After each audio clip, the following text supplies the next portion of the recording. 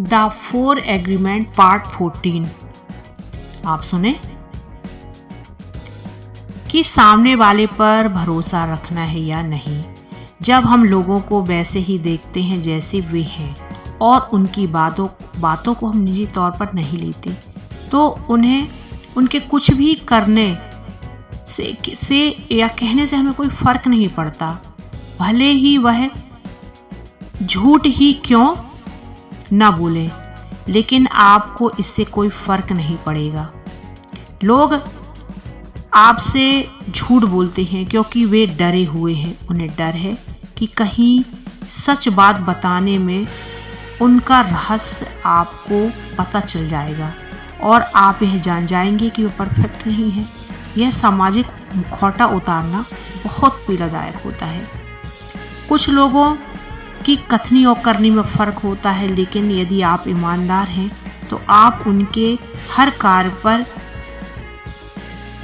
इनाम देंगे, मगर उनकी किसी बात को निजी तौर पर नहीं लेंगे। इस तरह आप खुद को बहुत सारी भावनात्मक पीड़ा से बचा लेंगे। एक समय पर शांत रहकर यह विश्वास रखें कि आपके लिए मदद आ रही है। जब तक मदद नहीं आती तब तक आप शांत बने रहेंगे। अगर कोई आपके साथ प्रेम और सम्मान से पेश नहीं आता तो उनका आपके जीवन से जाना ही आपके लिए उपहार है। जितने अधिक साल वह आपके जीवन में रहता, उस साल तक आप इंसान के व्यवहार से परेशान होते रहते। भले ही उसके जीवन में जाने से आपको पहले थोड़ा दुख होगा, लेकिन द फोर एग्रीमेंट में आप आगे सुने। उसके बाद आप मनचाहा चुनाव कर सकते हैं। अपने जीवन के अनुभवों से आपको यह महसूस होगा कि दूसरों पर विश्वास रखने से भी अधिक आपको अपने आप पर विश्वास रखना आवश्यक है। इसी से आप हमेशा सही निर्णय ले पाएंगे। जब आप अपनी ही बातों को निजी तौर पर न लेने की आदत खुद ही करते हैं, तब वास्तव में आप अपने जीवन की कई मामलों से निपटने की क्षमता निर्माण करते हैं। इस एक आदत को जीवन का अंग बना लेने से आपका गुस्सा, जलन, नफरत और निराशा की भावनाएं भी आपके पास नहीं आएंगी। किसी भी बात को निजी तौर पर न लेने से इस समझौते को यदि आप अपने जीवन का अहम हिस्सा बना लेते हैं, तो संसार का कोई भी इंसान आपको तरकीब अवस्था में लेकर नहीं जा सकता। आपको एक अनोखी आज़ादी का अनुभव होगा। आप किसी के भी शब्दों में उलझेंगे नहीं और कोई भी आपको अपने शब्दों की शक्ति से सम्मोहित नहीं कर पाएगा। आपकी प्रतिकार शक्ति इतनी बढ़ चुकी होगी, यदि पूरी दुनिया भी आपके बारे में व्यर्थ की बातें करें तो भी आपका कोई नुकसान नहीं होगा। इससे भी बढ़कर यदि कोई आपको जानबूझकर परेशान करने का प्रयास करे तो आप उसके द्वारा भेजे गए भावनात्मक जहर का आप पर कोई असर नहीं होगा।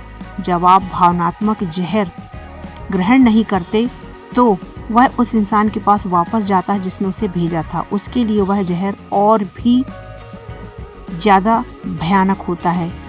जब आप समझ सकते हैं कि यह समझौता कितना महत्वपूर्ण है, जब आप ऐसी कुछ बातों को निजी तौर पर नहीं लेते तो आप सहजता से तर्क की अवस्था से मुक्त हो सकते हैं और बिना वजह निर्माण होने वाले कष्टों से भी आप बच सकते हैं।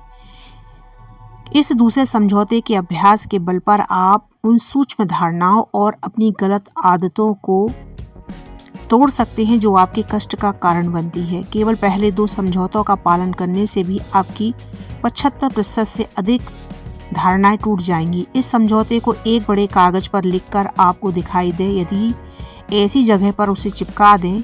इससे आपको हमेशा याद रहेगा कि किसी भी बात को निजी तौर पर नहीं लेना है। जब आप इन समझौते का पालन करते हैं तब दूसरे लोगों की बातों पर विश्वास रखने के लिए आप बाध्य नहीं होते। कोई भी निर्णय लेते समय आप केवल अपनी ही राय को अधिक महत्व देते हैं। आप किसी और के कार्य के लिए जिम्मेदार नहीं होते। आपको केवल अपने कार्य की जिम्मेदारी लेनी होती है। परिणाम स्वरूप दूसरों के गलत व्यवहार से या उनके गलत शब्दों से आप दुखी नहीं होते।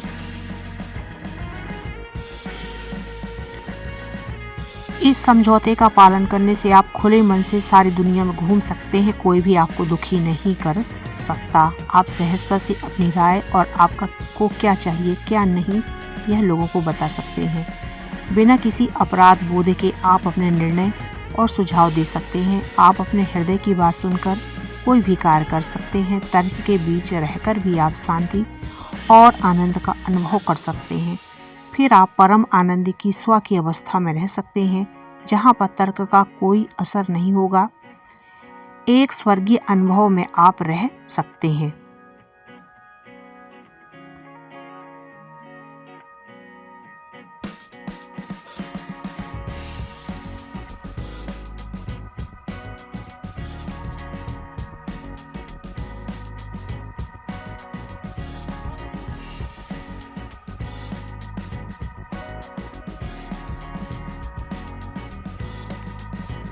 पहले से धारणाएं ना बनाएं। तीसरा समझौता है यह। तीसरा समझौता कहता है कि आपको पहले से कोई धारणा मान्यता नहीं बनानी चाहिए और ना ही कोई अनुमान लगाना चाहिए। इंसान को हर चीज़ के बारे में पहले से ही एक धारणा बनाने की आदत लगी है। दरअसल धारणा बनाने में कोई दिक्कत नहीं होती। समस्या तो तब आती है जब आप अपनी धारणाओं को सच मानने लगते हैं। यहाँ तक कि अपनी धारणाओं को सही साबित करने के लिए हम कस्में तक खा लेते हैं। अन्य लोग क्या सोच रहे होंगे या क्या कर रहे होंगे, हम इस बारे में कोई ना कोई धारणा बना लेते हैं और उसे हम निजी तौर पर लेते हैं। उसके पश्चात हम अपनी धारणाओं के आधार पर लोगों को दोषी भी ठहराते हैं। इस प्रकार हम शब्दों के माध्यम से भावनात्मक जहर लोगों तक पहुंचाते हैं। इस तरह धारणा बनाकर और गलत अनुमान लगाकर हम बेवजह ही अपने जीवन में परेशानियों को न्योता देते हैं। कई बार हमारी धारणाओं से ही गलत फहमियों का निर्माण होती है, जिन्हें हम निजी तौर पर ले लेते हैं। ऐसा करने से हमारे जीवन में एक बहुत बड़ा नाटक तैयार होता है। यदि किसी इंसान के जीवन में नाट्यमय तरीके से नकारात्मक घटनाएं होती हैं, तो निश्चित ही उन घटनाओं की जड़ कोई न कोई धारणा ही होती है। अब जरा एक पल ठहर कर इस वाक्य के अर्थ को समझें।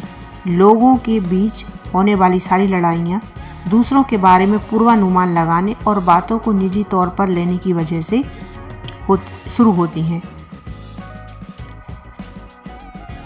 नर्क का सपना बनने के पीछे मुख्य कारण हमारी धारणाएं ही हैं। अलग अलग धारणाएं बनाकर और बातों को निजी तौर पर लेकर हम बार बार भावनात्मक जहर का निर्माण करते हैं। अपनी ही धारणाओं के आधार पर हम लोगों से बातें करते हैं। इस सपने के संवाद का सबसे बड़ा माध्यम है गपशप करना। इस तरह की व्यर्थ बातें करके ही लोग एक दूसरे के विचारों में जहर फैलाते हैं। यदि हमें सामने वाले की कोई बात समझ में ना आए तो हम उससे वही बात फिर से पूछने में हिचकिचाते हैं। परिणामतः जितना हमें समझ में आता है उसी के आधार पर हम धारणा बनाते हैं। फिर अपनी इस धारणा को सही साबित करने के लिए सामने वालों को झूठा ठहराते हैं। कोई भी धारणा बनाने से पहले हमें सामने वाले से सवाल पूछकर उसकी बातों को अच्छी तरह से समझ लेना चाहिए, क्योंकि जब भी कोई नई धारणा बनती है तब वह समस्या को न्योता देती है। इंसान की काल्पनिक दुनिया, मनुष्य के मन में माया के कारण बहुत उथल पुथल मची रहती है, जो हर चीज़ के बारे में गलत विश्लेषण के साथ गलतफहमी पैदा करती है। हम वही देखते हैं जो देखना चाहते हैं और वही सुनते हैं जो सुनना चाहते हैं। इस प्रकार की चीज़ों को असल रूप में देखने की हमारी तैयारी नहीं होती। वास्तव में हमें बेबुनियाद सपने देखने की आदत होती है। हम अक्सर कल्पना में जीते हैं, इसलिए धारणाएं तुरंत बन जाती हैं। मगर कोई भी धारणा बनाने के बाद हम जब सत्य सामने आता है तो हमारे झूठ का बुलबुला फूट जाता है।